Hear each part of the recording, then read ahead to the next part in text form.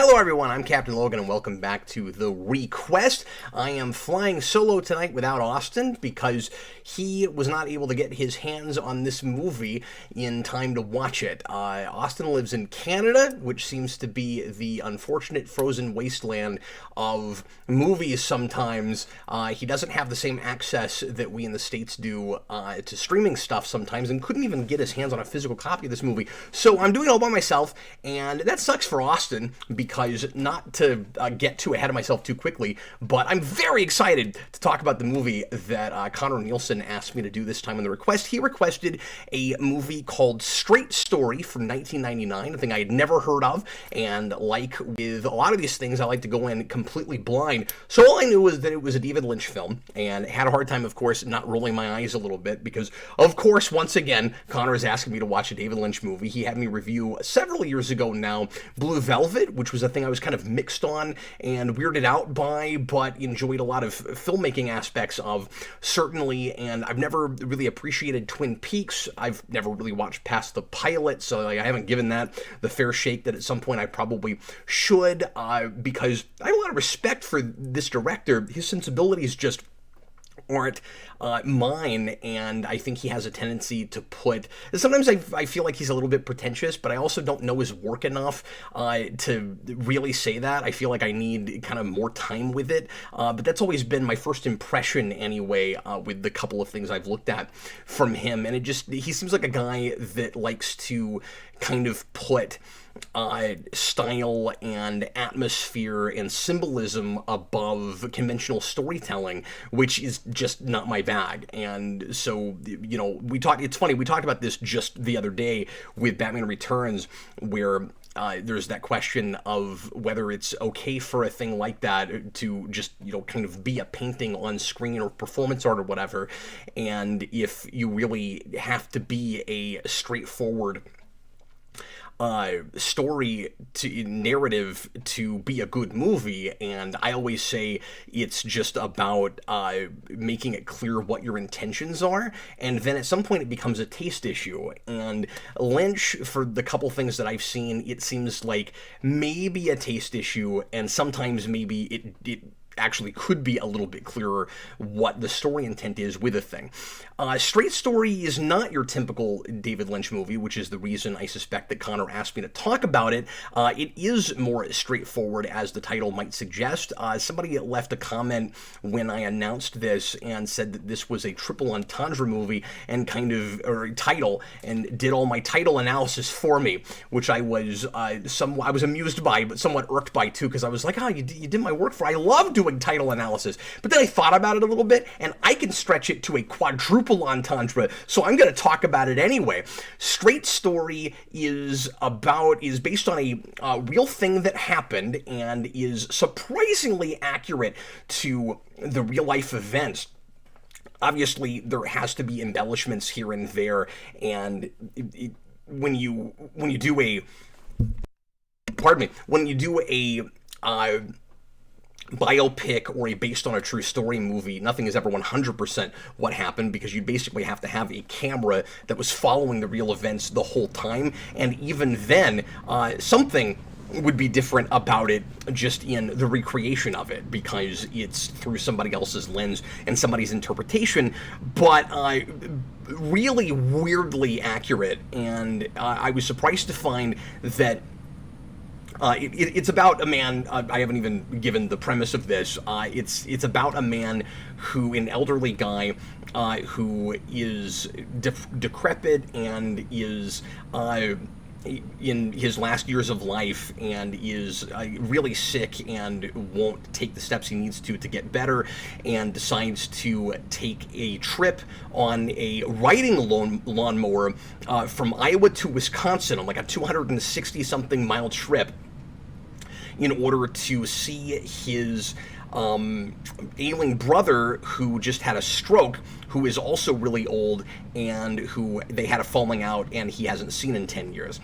And so I'm saying quadruple title entendre for the title, because it's about a man whose name is Straight. When I first heard this title, I was like, Straight story. Okay, it could be about the country singer George Strait, or it could be about a person who is heterosexual as opposed to homosexual, and for some reason we're emphasizing that in the title. Or what exactly is it going to be? Well, it is about a man whose last name is Straight, but has nothing to do with a country singer, and his name is Alvin Straight. Kind of amusing. I mean, the situation's not amusing at the beginning when he falls down and is in pain and hurt, and that's how we're introduced to this guy, which I think is really symbolic and thematically important. But I digress.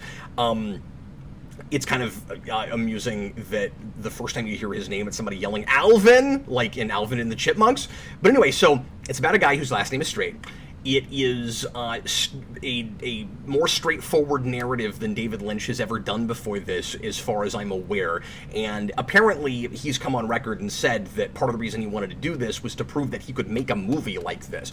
Something that was very simple and easy to follow and wasn't as symbolically driven as what he usually does. By the way, welcome if you're watching live. I'm not looking at comments right now. I kind of want to get through my initial points before I start interacting with the audience. I'm basically going to do a non-spoiler section, and I've already flipped my sign. It's green. Everybody should watch this movie. It's on Disney Plus, and was actually a Disney movie, and Lynch's, or at least bought by Disney after it was at the Cannes Film Festival, and is the only Lynch movie to be rated G, I believe. But anyway, so about a man named Straight.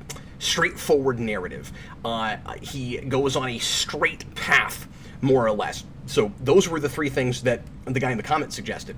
But he also is going to see his brother to try to set things straight with his brother, who he, again, had a falling out with, and things are not kosher between them, and he really needs to make things right with him before he finally dies. So there you go. I made it 4. Anyway. This is a brilliant film. I love almost everything about this. It might be one of my new favorite movies. Conner keeps bringing me these like slice of life things that I think he's maybe not sure if I'm gonna dig because I'm such a story guy, and they tend to meander and get, real in the trees for the forest, and aren't real tightly woven narratives. But I also really like character pieces, and this I think is actually a shockingly tightly woven narrative as far as what narrative we have, because it's an extremely simple story. It is and it also interestingly falls into a real classic mode, which is like it's a road trip story. And it's not real plotty, certainly. It's this guy gets on a lawnmower, and there are all of these hurdles for him getting to his destination, and is he going to be able to make it or not? But these are the kinds of things that like real stories are made of. It's about a guy who wants something, and we're going to see if he's able to achieve it. There's conflict. There's stuff that gets in his way.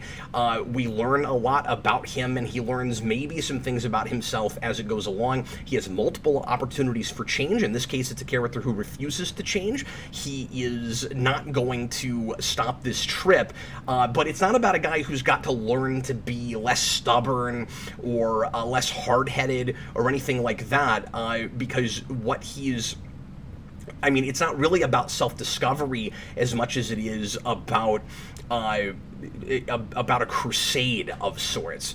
And so when I say classic mode, it's an odyssey. It's weirdly kind of in the hero's journey mode, which is where I live and one of my favorite things. And you might say, well, Cap, this guy, if you've seen this movie, he's not a hero per se, and it doesn't exactly fall into, and I would argue that he kind of is, but it doesn't fall into the hero's journey mode really because he doesn't push against the initial call. He doesn't resist the call. And the thing is, he actually does, but it happened 10 years earlier. The idea is that, I think, this is how I read it. I mean, it is an odyssey of sorts, and it is a hero returning home, because if you want to read it, his getting to his brother at the end is returning home, and that is where he will retire. And I mean, maybe, I think in real life, they actually moved somewhere else, or he wound up maybe back in Iowa, I can't remember, but he doesn't go to his brother in real life and stay in Wisconsin, I don't think. But for the sake of this as a narrative, who knows when you get to the end what exactly happens to him? It's not important.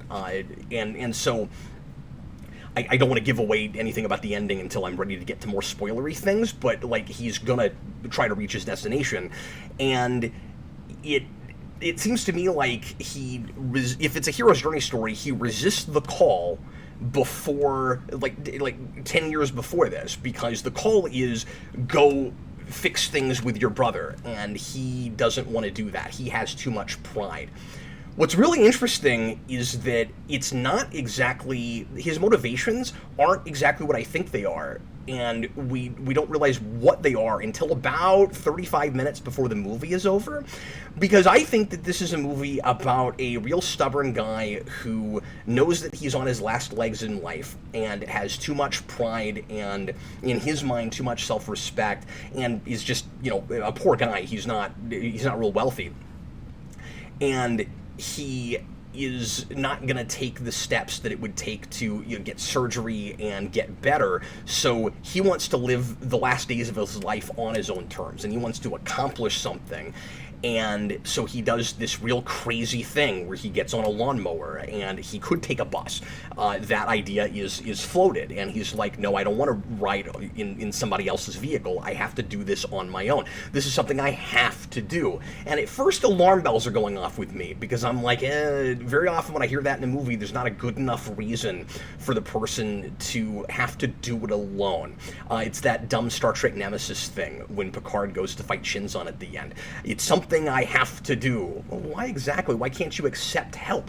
And I thought it was going to be maybe a more generic kind of thing where he thinks that this is just for him, this really important thing that he has to do to prove to himself that he's still independent, that he doesn't need anybody, that he's not an invalid. And maybe there's a little bit of that, but it actually, and I'll get into spoilers a little bit, it actually is more complex than that, and it might be sort of a hero's journey, but I think you can do both of these things. It also is a road to redemption story. We find out that this guy actually feels like he has to pay a penance for what happened to his brother, but also for some other stuff. But let me backtrack for a second and say that immediately a movie that this reminded me of is About Schmidt with Jack Nicholson from 2003. A much more depressing movie and a much less uplifting movie, although this is not a real sappy thing and is shockingly believable. Especially, I mean, I started to say earlier, one of the things I was really surprised to learn reading up on this movie is that it took it took the exact path that the real Alvin Strait took in real life to make it, and ironically, really ironically, this is the most straightforward thing, like I said, that David Lynch has made, but he called it his most experimental movie, and in the way it's shot and put together, it absolutely is unbelievably experimental. So I was kind of surprised to make the About Schmidt comparison, because, and it's been a really long time since I've seen that movie, but I remember that being a lot more about a guy who, with Jack Nicholson, also in the last legs of his life, just really lamenting getting old and like missing earlier years of life, and it's about mortality. This, of course, also is about mortality, and I was thinking that it was about a guy refusing to admit how old he had gotten. And then, and I'll go ahead and start winding into spoiler territory now. So, I mean, I think I've said enough to really suggest that people watch this movie that haven't seen it. So, definitely take a look at this. Some people find this movie really boring. I did not. I was actually riveted all the way through. It's a real slow-paced movie, and if you're not picking up on what the movie has to say about the character and about mortality and about getting old and about family relationships and such, with each of the kind of side quests that he goes on, the friends he makes along the way, and the discussions he has with people, you might think that it's just a bunch of stuff that happens. It's really not. Everything that happens is very connected with either reflecting either this guy's worldview and his philosophy, or about his past, his history. So anyway, I really recommend this movie. So what I was looking for, I recommend this. So anyway, so I saw some About Schmidt in it. That's a movie that's about a city guy that hates getting old. This is about kind of the more rural version of that, except, like I said, I thought it was about a guy who wished he was still young and hated getting old. And then you find out that it's actually about a guy who doesn't like thinking about when he was younger because of the mistakes that he's made, because of the regrets that he has. And that's when the curtain starts to get peeled back, and I realize that there's a lot more going on with under the surface with why this guy feels the need to do this very strange trip. It was like a mix of, in a way, of About Schmidt with Field of Dreams, one of my absolute favorite movies of all time, and partly because I make the Field of Dreams comparison because they're both in a rural setting, and they both start in Iowa. But they're also both about a guy that does something really unconventional that everybody is kind of staring at him, and some people may be pointing and laughing and thinking that it's very strange that he's doing this, and it seems totally purposeless. This, again, a lot less sappy than that. A lot more real world. And I mean, there's such a documentary flavor to this movie that I really, really appreciated. It's one of the most, maybe the most, honestly, like this is very quickly, I'm thinking is maybe one of my new favorite movies. It resonates with me a lot because I'm partly from the Midwest. I live in the Midwest right now. I'm in Kansas City, and I grew up around farmland and in Kansas, but also my stepdad is from Iowa, and I've spent some time in Iowa, and so the feel of this movie, the landscape, the areas, the characters, all is really relatable to me, and I can speak from experience. It's really authentic. This feels very much like what that trip was likely like. Surprising to me, I will say that Alvin Strait seemed to have such mostly good experiences with people. I really expected there to be at least one place where he almost gets in a fight, or where some drunk nutso person in a bar on a highway or something is mean to him, or where he gets mugged or almost mugged or something, and that never happens. And I don't know if he dealt with anything like that on the road in real life. Maybe it helps that he's just this kindly old man on the highway and he's mostly left alone. Jumping around a little bit, in case I forget to say this later, because it's hard not to just gush about this movie. I enjoyed it so much. But I will say that I have a couple of gripes, and real minor, small ones. One of them is, and maybe this is just because it didn't actually happen on the real trip, I think maybe a book was written about the real Alvin Strait's journey. I should also mention, by the way, that happens in the mid-90s, and this movie comes out in 99, so it was made really shortly after he made that trip, and it's set at the same time period, and it's essentially present day, just a couple of years after it happened.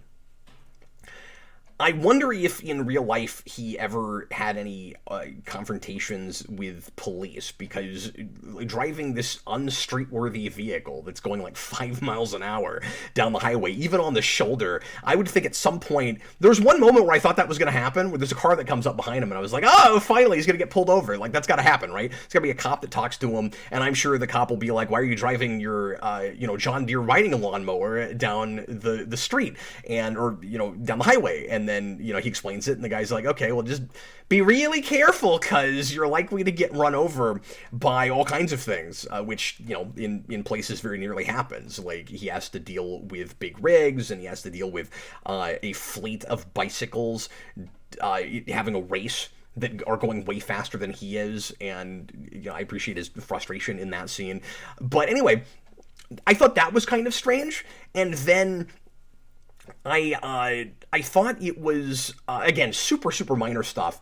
I found it kind of unbelievable, and I bet I'll read later the real guy did this, but I found it kind of unbelievable that he takes a deer that gets hit by a lady in the street. There's the scene where he comes upon a woman that has hit a deer and is freaking out, lamenting, and it's played for comedy a little bit, lamenting that every day she's got to commute 40 minutes back and forth to work down this highway. And by the way, a testament to this movie is how much of this is stuck with me. Like, I've watched this one time, and it was last night, and I'm remembering like everything. It's all in there, and that's how into the experience I was.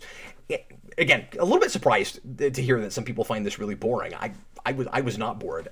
It's paced the way it needs to be paced, and I don't know. It's all sticking with me. But he comes upon this woman that's hit this deer, and she's complaining that every day she commutes back and forth to work, and she's hit 13 deer in like a real short amount of time, and she ends up leaving. And that's a scene, by the way, that you might look at and go, see, this is just some random thing that happens. Like, it's in the Midwest, so we got to deal with somebody hitting deer. But he has a line early, and I suspect that this is what the scene is about.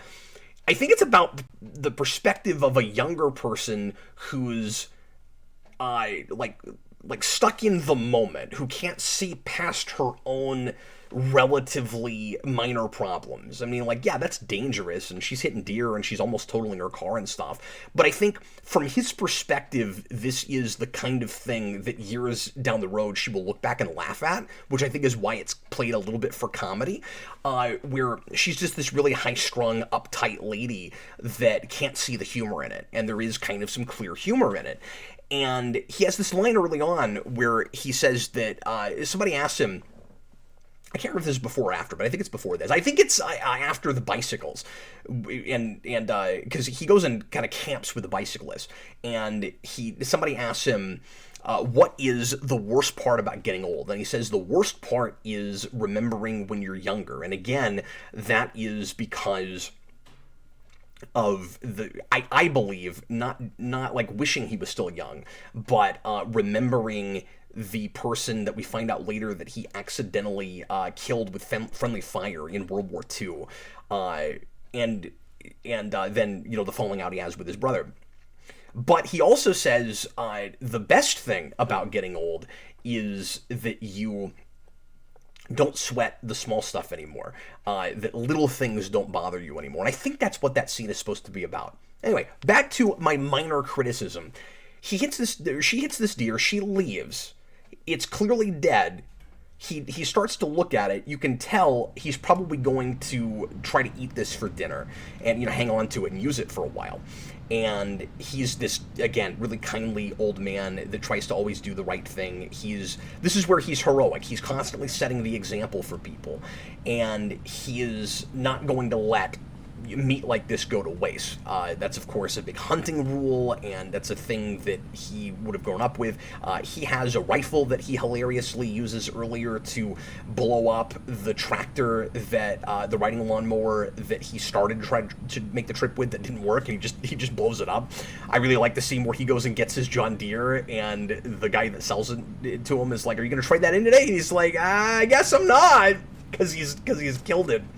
And I don't buy that with all of the ailments that he has and how decrepit he is and walking on 2 canes, that he possibly got that deer by himself into the back of his trailer and then was able to use it. He even mounts the antlers on the front of that trailer, and maybe he got help doing that.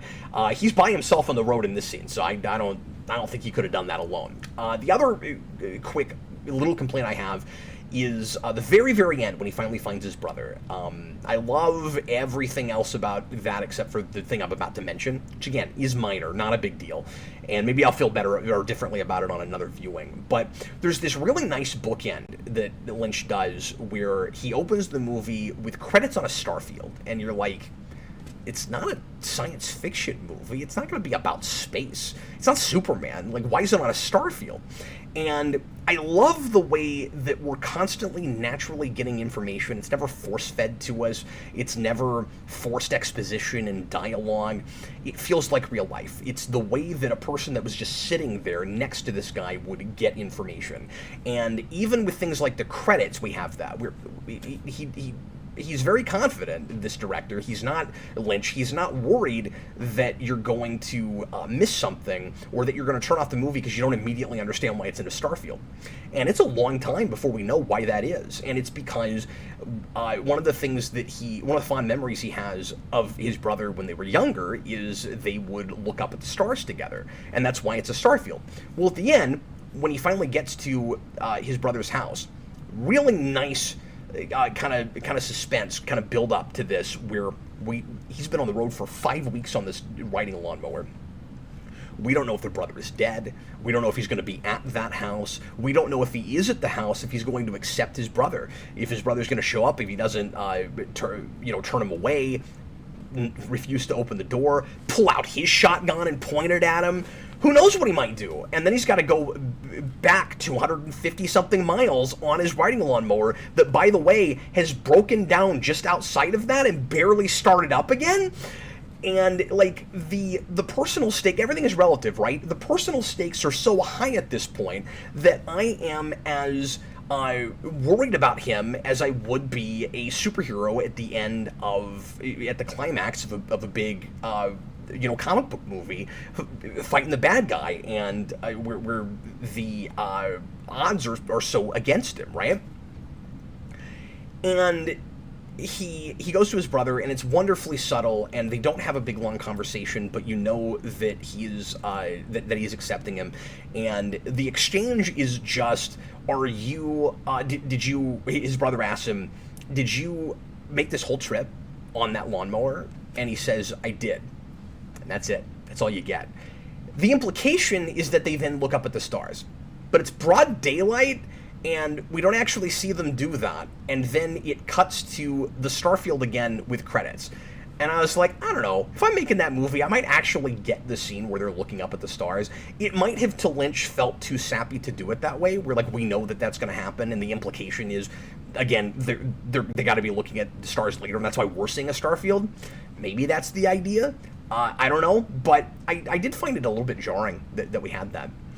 One of the reasons that this movie was such a total was such a pleasure for me, and that I was kind of excited about it from the very beginning is Richard Farnsworth, who is an actor that I only remember from one other movie, but it's one of my favorite movies, and he was one of my favorite parts of it, which is Misery. He's the sheriff in that movie, and 5 minutes into this, I'm like, oh, really? I'm gonna get a whole character piece with that actor? He was nominated for an Academy Award for this movie, didn't get it, which is kind of a shame, but he, like it was a treat to get to see him play the leading role, and for him to be the only person on screen for a lot of this movie. And his performance is incredible, and it's great that he got nominated. He certainly, I didn't look up who he got beat out by, but he certainly would have deserved the Oscar that year, and for a long time had the record for oldest person to be nominated for an Academy Award. One of the things that's amazing about his performance is that apparently he had contracted prostate cancer just before the movie, just before he got that role. And some of the physical ailments he has in the movie were not faked, were things that he was actually literally suffering from. And he pushed himself, and he made the movie. And part of the reason his performance is so good is that he was dealing with some of the same stuff that the character was. And that's really sad, but it also like really elevates the piece, I think. And you have this kind of, art imitating life, life imitating art thing going on. The really sad part is that then he couldn't stand the pain anymore a couple of years after making, or actually a year after making this. This comes out in 99, and in 2000, at 80 years old, he couldn't tolerate the pain anymore, and he committed suicide with a gun at his home. And this was, I assume, the last thing he made. I don't know if he did one more thing after this or not. I didn't look into that. But yeah, that's the really depressing part about it, but incredible that he did this before he died. I wanted to talk POV a little bit, too, before I look at some comments here.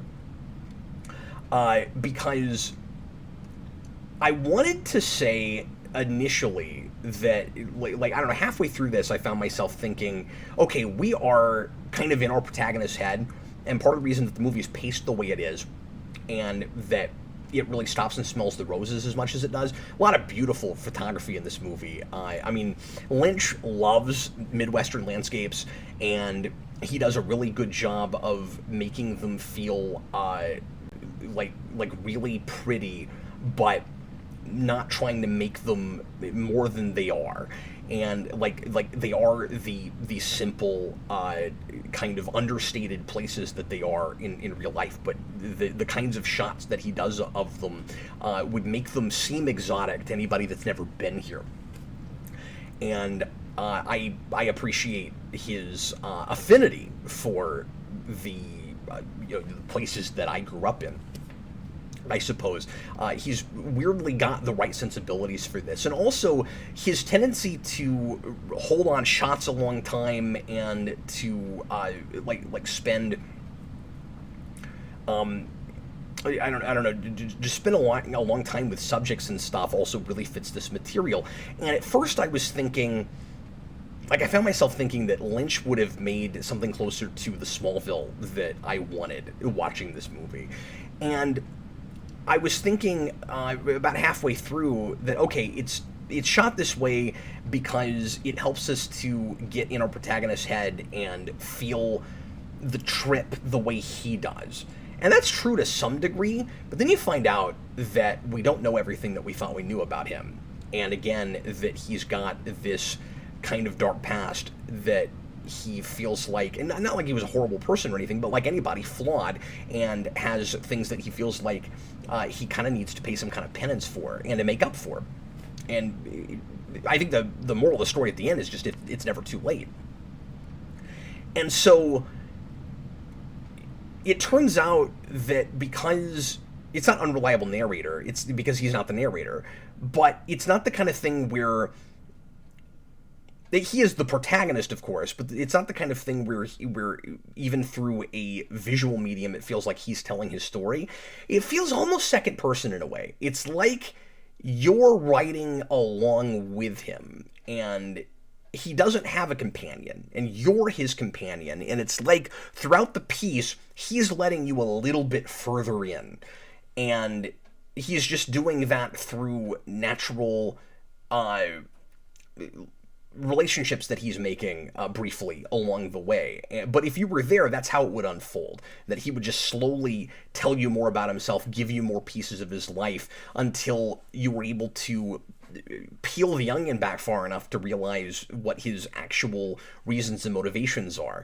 And so it feels like you're there with him, and that's almost better in this context. Again, the kind of almost documentary feel than if it felt like I was him or I was in his head, really. Those are the main points I wanted to make about this movie. I'm going to see what folks are saying in the comments here. And I'm just gonna kind of scroll down and see what we've got. Hello, Connor. Roger Ebert gave every David Lynch film a negative review until The Straight Story, and this, of course, is the kind of thing that was very much right up his alley. And yes, he had a lot of nice things to say about this. I did go read his part of his review. Anyway, let's see. Thomas, I imagine this video would have a lot of straight puns. You can't avoid it. They just come up kind of naturally. A lot of people kind of just talking to each other. Clark Kent's Rock and Roll Review. Stopped watching the Batman Returns rewind just to watch Cap review a Lynch film. Intriguing stuff. Thanks very much, and thanks for spending so much time with me. I sure appreciate it. People kind of excited that I'm looking at another Lynch thing. This is... Did I make this metaphor earlier? I said that I adored this movie, and so far it's, of course, my favorite Lynch thing. Maybe not saying too much because it's such an unconventionally Lynch movie. But again, it's still... photography-wise and stuff, it still looks like a Lynch movie. Like, it's not like he's trying to not be himself and totally disappear. He's just using his sensibilities with a script that is unlike what he would write or something he would usually shoot. But it still, I think, is kind of the tilapia of David Lynch movies. Like, it is the David Lynch movie for people that don't like David Lynch, but... the difference between that and tilapia with fish is I also think that this is still a David Lynch movie for people that like David Lynch movies. I imagine that people that are really into him would still appreciate what he's doing with this and would probably see even more symbolism and thematic stuff than an average person looking at this going, it's just this simple story about a guy riding a lawnmower. Because it is that, but I think there's a bunch of layers to it, and it feels like a thing I could write about all day long. I have talked about it all day long, it feels like, to me. Dan Davis, this was, in fact, his last movie. I figured it must be. I imagine we're talking about Farnsworth. Robert Wilde, this movie is so good. Glad you watched it. I can't believe I'd never heard of this. Robert Wilde, Cap, did you mention his daughter yet? I found that character's story the most heartbreaking. It is, and yes, I have not mentioned her yet. That is super sad, and... it's like for his story, it's enough of a side thing that it's easy to review this movie without that. But I don't say side thing to belittle it or anything. It's just it's easy to discuss it without mentioning that. But she is a person on, I assume, the autism spectrum or has Asperger's. I mean, we're not told exactly what kind of social disorder she has, but she is this extremely smart, extremely capable woman who just has difficulty expressing herself with her voice, and she has kind of a severe speech impediment.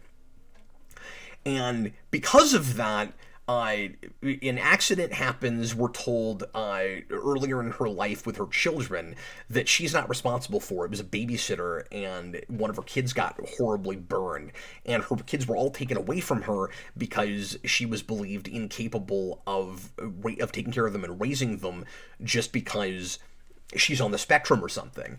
And yeah, that was really rough and sad and heartbreaking, and I found her extremely endearing, both of these characters, certainly.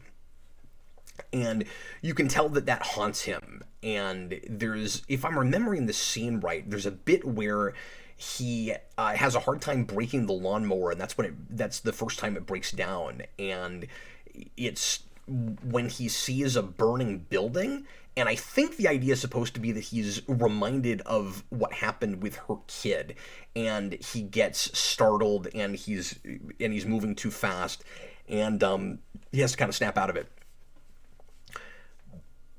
Conner Nielsen, this is top 3 Lynch film for me, which is interesting because it's, again, so different from his other movies. I just think the thing he said about this being his most experimental film is fascinating, but it also seems like the right way to make this, like the only way to do it. I think it's really sad that the movie cost $10 million to make it and only made 6. Because it's awesome, and I think everybody ought to see it. But it is an art housey kind of movie, and it was made, really independently, and it's the kind of thing that I don't know what it would have taken to get me to a theater to see this. It's the sort of thing where you almost need to see it before you go see it, if that makes any sense. Like, you need somebody to tell you, like, just trust me, you've got, I never would have thought to watch this based on the premise. If somebody was like, got a riding lawnmower, I'd be like, okay, that sounds like a dime a dozen kind of weird premise. And then if you say it's based on a true story, I'm like, yeah, anything that's sort of odd and out there, somebody's going to go, there must be a story here. I also had the thought that this would make for, and I don't know that I want to see this remade in any way, this would make for a really good miniseries or TV series, because, I mean, you would have to embellish a lot more, and it would have to be very, very fictionalized. It would have to be more based on this guy's story than actually trying to accurately tell it, but he's on the road for so long. I think it'd be really easy to tell a story like this that's in several episodes, where each episode, kind of like Incredible Hulk, right? Just the Hulk, like Bill Bixby's David Banner walking across the highway and winding up at various towns and having various adventures. You could really stretch the Odyssey for several episodes or a couple of seasons, and I think that could have worked with this material. Clark Kent, Cat, please consider doing rewinds on films in general rather than just superhero fare. Not to throw that type of film under the bus, but there are so many film ideas which operate outside of that IP. Yeah, and I would like to do more podcasty things like I'm doing with Rewind Unscripted on other kinds of movies. And if I'm able to get that going on more of a weekly basis, or at least a couple times a month, I'll start trying to sneak some other kinds of movies in there as well. And not having the time to script, which is why I'm doing the podcast thing now, it would have been, the few times a year I'd be able to do a rewind, it would have been very impossible to get back to sci-fi movies or other things. I shut down the request here for rewind because I still have several requests I never got to, and some of those are other kinds of movies and not just sci-fi things either. So there's at least a couple things on that list that aren't really genre things, but it would be, very much like what I'm doing right now. People have been mentioning Mulholland Drive to me, and I'm more curious about watching that now. I don't know, I feel like I have a deeper respect for David Lynch after watching this, especially because I like that he's not saying, like, I just want to prove that I can make the kind of movie that gets, mainstream attention, or that people think of as, like, real stories. It's him trying to prove that he can do a narrative that doesn't confuse people, and that is, again, straightforward, but he's also using it as a way to stretch himself and to try something that seems maybe ill-advised and difficult to pull off, not just in premise but also in execution. So in the same way that driving a lawnmower across states seems like an absurd, patently absurd, nutso move, trying to make a movie like this also feels like a thing that might not work out and might not pay off. And it's one of the most riveting character pieces, anyway, I think, that I have seen. Well, folks, I think that's going to do it for me tonight. Once again, I'm feeling it. This is a great movie, and it's one of my favorite things that I have had to do for a request thus far. Let me see what Austin and I are tackling next week. He'll be back with me again. We're doing a request asked for by Hot Soup called The Sky Crawlers. That is an anime movie, and that's all I know about it, is just that it's in... I gotta be careful. Anime is not a genre, but it's that. But it's in that mode. It's an anime, and that's what we're doing next time. That'll be next Tuesday. So anyway, thanks a lot, everybody, for watching. If you are interested in making a request for the ReQuest, $15 tier on Patreon. You only have to be subscribed to that for 1 month. If you keep going, you'll be in the rotation, and you can keep putting in requests, but don't feel the need to do that. You can just put in for 1 month, and we will get you on the list. You can request a movie, a comic graphic novel, or a pilot for a TV series, or an episode of a TV show that you know that either Austin and I are pretty familiar with. And at just the $10 tier, you can become a Patreon producer. And on at least Rewinds, I make sure and thank all of our Patreon producers, but I'm going to go ahead and do it here as well. So thanks a bunch, guys. Our Patreon producers at the moment are Zach Wendell Jones, Michael Micheletti, Michael Gulick, Kareem Roberts, Jacob Schneider, Damon Begay, Thomas Edgehill, Austin, the Day Ghost, Super Billy, Stone Gassman, Justin Hayes, Jojira, Ian McKee, Hot Soup, Goofster, Elliot Slater, Dylan Musciello, Chewbacca's Lover, Checkers, the Inventor, and Blake. Once again, patreon.com/geekvolution is how you get on board for a request, and we'll see you again with lots more videos, lots more live streams here on Geekvolution. I'll be back for the Captain Logan show, the penultimate to the 200th episode on Thursday. We're going to have just a normal episode this week talking about whatever is going on in geeky news and such. Friday night, Austin and I are going to be doing a mini marathon on 60s Batman episodes. I'm really excited about that. Don't know what we're watching yet, but I'm going to pick a few fun ones, and I might put out a poll and let you guys help me pick. And then over the weekend, I'm going to be doing another unscripted rewind on also a 60s Batman thing, Batman vs. Two-Face, the animated movie with Adam West, posthumously. Anyway, thanks again for watching, everybody. Sure appreciate it. I'll see you again real soon. I was Captain Logan, and you guys